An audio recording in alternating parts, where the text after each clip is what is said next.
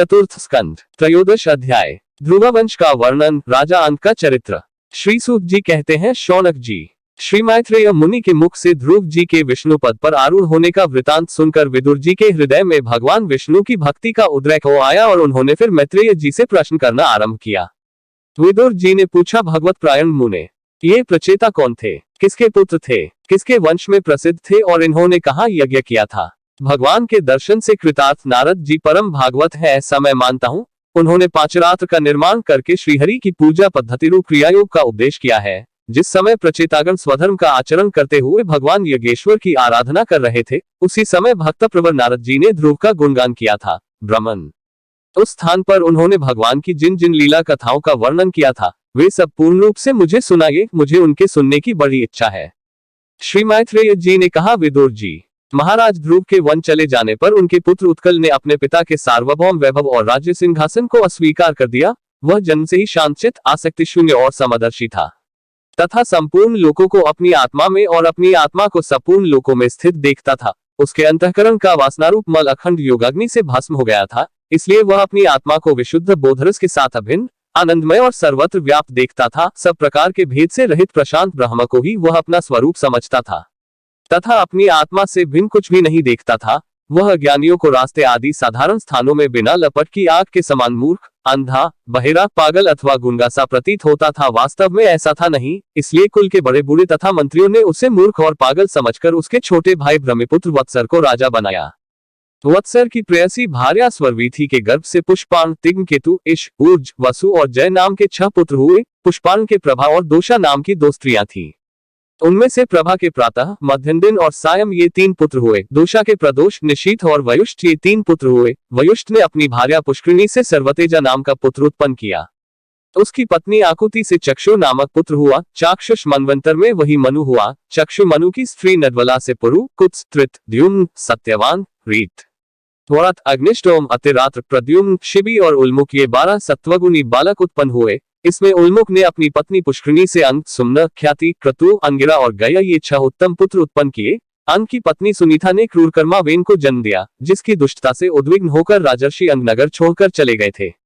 प्यारे विदुर जी, मुनियों के वाक्य वज्र के समान अमोघ होते हैं। उन्होंने कुपित होकर वेन को शाप दिया और जब वह मर गया तब कोई राजा न रहने के कारण लोक में लुटेरों के द्वारा प्रजा को बहुत कष्ट होने लगा। यह देखकर उन्होंने वेन की दाहिन भुजा का मंथन किया, जिससे भगवान विष्णु के अंशावतार आदि सम्राट महाराज पृथु प्रकट हुए। विदुर जी ने पूछा, ब्रह्मन, महाराज अंक तो बड़े शिव संपन्न, साधु स्वभाव, ब्राह्मण भक्त और महात्मा थे। उनके वेन जैसा दुष्ट पुत्र कैसे हुआ, जिसके कारण डहकी होकर उन्हें नगर छोड़ना पड़ा? राजदंडधारी वेन का भी ऐसा क्या अपराध था, जो धर्मज्ञ मुनीश्वरों ने उसके प्रति शापरूप ब्रह्मदंड का प्रयोग किया? प्रजा का कर्तव्य है कि वह प्रजापालक राजा से कोई पाप बन जाए तो भी उसका तिरस्कार न करे, क्योंकि वह अपने प्रभाव से 8 लोकपालों के तेज को धारण करता है। ब्राह्मण, आप भूत भविष्य की बातें जानने वालों में सर्वश्रेष्ठ हैं, इसलिए आप मुझे सुनीता के पुत्र वेन की सब करतूतें सुनाइए। मैं आपका श्रद्धालु भक्त हूँ। श्री मैत्रेय जी ने कहा, विदुर जी, एक बार राजर्षि अंग ने अश्वमेध महायज्ञ का अनुष्ठान किया। उसमें वेदवादी ब्राह्मणों के आवाहन करने पर भी देवता लोग अपना भाग लेने नहीं आए। तब ऋत्विजों ने विस्मित होकर यजमान अंग से कहा, राजन, हम आहुतियों के रूप में आपका जो घृत आदि पदार्थ हवन कर रहे हैं, उसे देवता लोग स्वीकार नहीं करते। हम जानते हैं आपकी होम सामग्री दूषित नहीं है, आपने उसे बड़ी श्रद्धा से जुटाया है तथा वेदमंत्र भी किसी प्रकार बलहीन नहीं है, क्योंकि उनका प्रयोग करने वाले ऋत्विजगण याजकोचित सभी नियमों का पूर्णतया पालन करते हैं। हमें ऐसी कोई बात नहीं दिखती कि इस यज्ञ में देवताओं का किंचित भी तिरस्कार हुआ है। फिर भी कर्माध्यक्ष देवता लोग क्यों अपना भाग नहीं ले रहे हैं? श्री मैत्रेय जी कहते हैं, ऋत्विजों की बात सुनकर यजमान अंग बहुत उदास हुए। तब उन्होंने याजकों की अनुमति से मौन तोड़कर सदस्यों से पूछा, सदस्यों, देवता लोग आवाहन करने पर भी यज्ञ में नहीं आ रहे हैं और न सोमपात्र ही ग्रहण करते हैं। आप बतलाइए, मुझसे ऐसा क्या अपराध हुआ है? सदस्यों ने कहा, राजन, इस जन्म में तो आपसे तनिक भी अपराध नहीं हुआ। हाँ, पूर्वजन्म का एक अपराध अवश्य है, जिसके कारण आप ऐसे सर्वगुण संपन्न होने पर भी पुत्रहीन हैं। आपका कल्याण हो, इसलिए पहले आप सुपुत्र प्राप्त करने का कोई उपाय कीजिए। यदि आप पुत्र की कामना से यज्ञ करेंगे तो भगवान यज्ञेश्वर आपको अवश्य पुत्र प्रदान करेंगे। जब संतान के लिए साक्षात यज्ञ पुरुष श्रीहरि का आवाहन किया जाएगा, तब देवता लोग स्वयं ही अपना अपना यज्ञ भाग ग्रहण करेंगे। भक्त जिस जिस वस्तु की इच्छा करता है, श्रीहरि उसे वही वही पदार्थ देते हैं, उनकी जिस प्रकार आराधना की जाती है उसी प्रकार उपासक को फल भी मिलता है। इस प्रकार राजा अंक को पुत्र प्राप्ति कराने का निश्चय कर ऋत्विजों ने पशु में यज्ञ रूप से रहने वाले श्री विष्णु भगवान के पूजन के लिए पुरोरस नामक चरु समर्पण किया। अग्नि में आहुति डालते ही अग्निकुंड से सोने के हार और शुभ्र वस्त्रों से विभूषित एक पुरुष प्रकट हुए। वे एक स्वर्ण पात्र में सिद्ध खीर लिए हुए थे। उदार बुद्धि राजा अंग ने याजकों की अनुमति से अपनी अंजलि में वह खीर ले ली और उसे स्वयं सूंघकर प्रसन्नता पूर्वक अपनी पत्नी को दे दिया। पुत्रहीना रानी ने वह पुत्र प्रदायिनी खीर खाकर अपने पति के सहवास से गर्भ धारण किया। उससे यथा समय उसके एक पुत्र हुआ।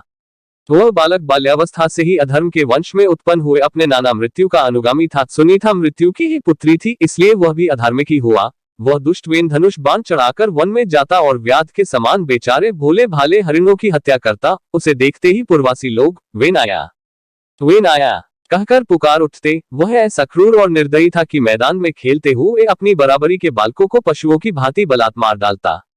वेन की ऐसी दुष्ट प्रकृति देखकर महाराज अंग ने उसे तरह तरह से सुधारने की चेष्टा की, परंतु वे उसे सुमार्ग पर लाने में समर्थ न हुए। इससे उन्हें बड़ा ही डैक हुआ। वे मन ही मन कहने लगे, जिन गृहस्थों के पुत्र नहीं हैं, उन्होंने अवश्य ही पूर्वजन्म में श्रीहरि की आराधना की होगी।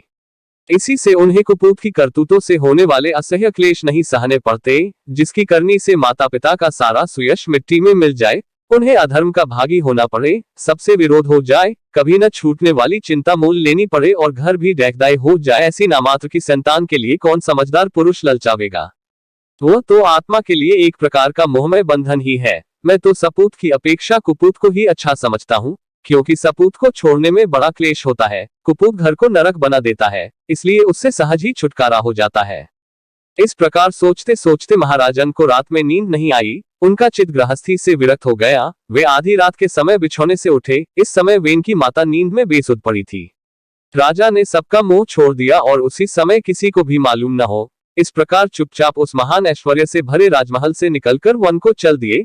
महाराज विरक्त होकर घर से निकल गए हैं। यह जानकर सभी प्रजाजन, पुरोहित, मंत्री और सुहृदगण आदि अत्यंत शोकाकुल होकर पृथ्वी पर उनकी खोज करने लगे। ठीक वैसे ही जैसे योग का यथार्थ रहस्य न जानने वाले पुरुष अपने हृदय में छिपे हुए भगवान को बाहर खोजते हैं। जब उन्हें अपने स्वामी का कहीं पता न लगा, तब वे निराश होकर नगर में लौट आए और वहां जो मुनिजन एकत्रित हुए थे, उन्हें यथावत प्रणाम करके उन्होंने आंखों में आंसू भरकर महाराज के न मिलने का वृतांत सुनाया।